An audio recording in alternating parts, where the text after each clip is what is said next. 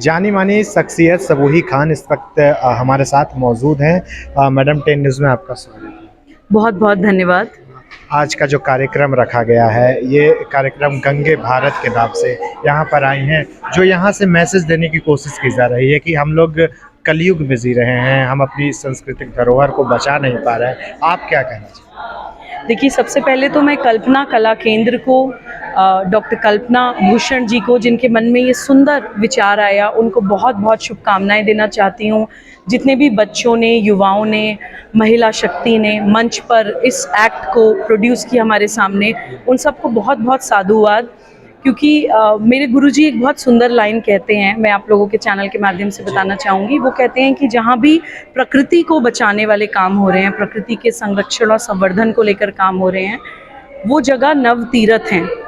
और जो लोग इन कामों को अंजाम दे रहे हैं वो नव देवता के लिए, या माँ गंगा की जो स्थिति है, जो उनकी पुकार है, जो उनकी प्लाइट है, उनका दुख है कि कलयुग में भारतवासी माँ गंगा के साथ क्या कर रहे हैं, वो हमें इस एक्ट के माध्यम से देखने को मिला। सभी युगों की कहानी बताई गई थी, लेकिन ख़ास तौर से जो मार्मिक मुझे लगा और मेरे दिल को छुआ, वो कलयुग में माँ गंगा की क्या स्थिति है, वो एक्ट था। मुझे लगता है कि ये एक्ट सभी स्कूल्स में, कॉलेजेस में दिखाया जाना चाहिए। भारत का जो भविष्य है, बच्चे, उनको पता होना चाहिए कि गंगा जी हमारे लिए केवल वाटर बॉडी नहीं है। माँ Ganga is the hallmark of Indian civilisation. भारतीय संस्कृति की पहचान है माँ गंगा।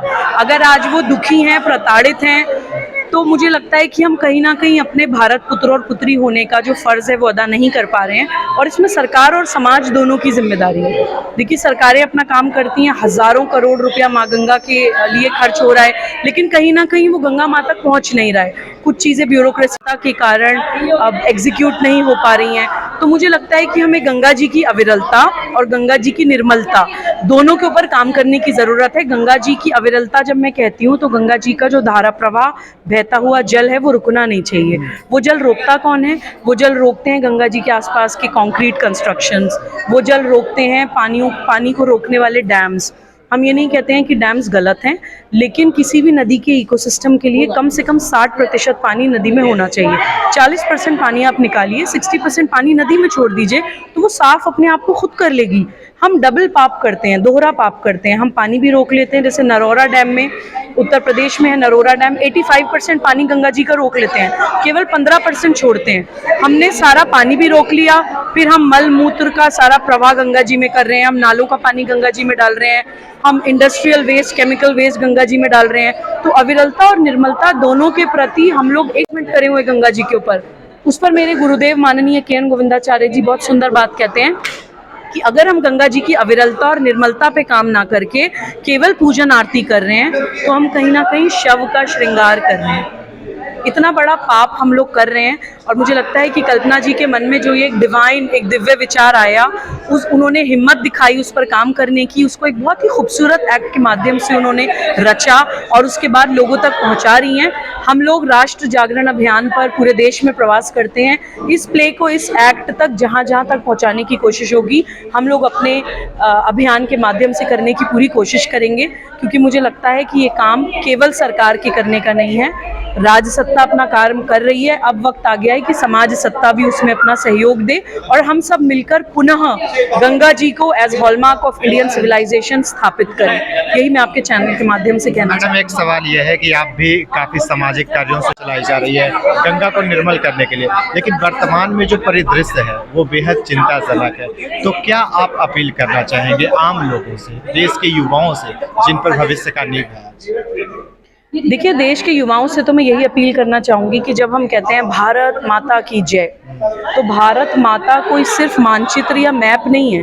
भारत माता की जय मतलब भारत के जल की जय, भारत के जंगल की जय, भारत की ज़मीन की जय, भारत के पहाड़ों की जय, भारत के जानवर की जय, भारत के पशुधन की जय। अगर हम सही मायने में अपने देश से प्रेम करते हैं, हमें नेशनलिज्म को बच्चों के लिए परिभाषित करना पड़ेगा। मेरे गुरुजी कहते हैं कि राष्ट्र प्रेम केवल भावना नहीं है, राष्ट्र प्रेम जीवन व्यवहार है। जब हम कहते हैं कि हम अपने देश से प्यार करते हैं, तो जिस दिन हम वो प्लास्टिक की पॉलीथीन इस्तेमाल करना बंद करेंगे, सोचकर कि वो पॉलीथीन खा के गौ माता या फिर और दूसरे जानवर मर जाते हैं, अपना प्राण त्याग देते हैं, या उनको भीषण गंभीर बीमारियां हो जाती हैं, जिस दिन हम वो जीवन व्यवहार में अपनी भारत माता के प्रति, जिस दिन हम नदियों में कूड़ा करकट डालना बंद करेंगे, उस दिन हम एक जिम्मेदार नागरिक होने का फर्ज निभाएंगे। जिस दिन इंडस्ट्रियलिस्ट ये तय कर लेंगे कि वो केमिकल वेस्ट हमें नदियों में नहीं बहाना है, उस दिन वो इंडस्ट्रियलिस्ट एक जिम्मेदार नागरिक होने का रोल प्ले करेंगे। जिस दिन सरकारें ये तय कर लेंगी कि सीवेज सिस्टम हमें ऐसा बनाना है कि नालों का पानी हम गंगा जी में नहीं डालेंगे, पैरेलल स्ट्रीम्स बनवाइए, उसके बाद उसको ट्रीटमेंट करिए, उसके बाद तय करिए कि उस पानी को आपको बिल्कुल प्योर करके तब गंगा जी में डालना है। अगर हम कहते हैं गंगा माँ, तो वो केवल शब्दों में नहीं होना चाहिए, वो हमारे जीवन व्यवहार में दिखना चाहिए। यही आग्रह मैं आपके चैनल के माध्यम से करना चाहती हूँ। अगर ये बाइट किसी पॉलिटिकल लीडर्स के पास जाती है तो उनको भी एक छोटा सा आग्रह मैं करना चाहती हूँ। देखिए, ETPs होते हैं, ट्रीटमेंट प्लांट्स बनते हैं। अब अधिकारी लोग या जो लोग उन प्लांट्स को देख रहे होते हैं वो सरकार तक ये मैसेज पहुंचा देते हैं कि जी ETPs काम नहीं कर रहे हैं, अब CPTs बनेंगे। अब CTPs बनते हैं, उतना पैसा पहले ETPs में लगे कि वही काम जो ETPs में नहीं है वो CTPs में होगा। हमारे टैक्स पेयर्स का पैसा ऐसे पॉलिसीज में, प्लान्स में और क्या क्या बनवाने में जाता है, लेकिन उनका एग्जीक्यूशन नहीं हो पाता है। तो मैं कहती हूँ कि CTPs बनने के बजाय अगर ETPs ही प्रॉपरली काम करें, उस तरफ हमारा जोर जाए, ध्यान जाए, या हम ये देखें कि हमारा जो जनता का पैसा है वो सही जगह उपयोग हो रहा है या नहीं, तो मुझे लगता है कि एकजुट होकर जब पूरा भारत गंगा माँ को साफ करने के प्रति आवाज़ उठाएगा तभी समस्या का समाधान हो पाएगा। इसी बात से मैं अपनी वाणी को विराम देती हूँ। जय हिंद, वंदे मातरम। शुक्रिया।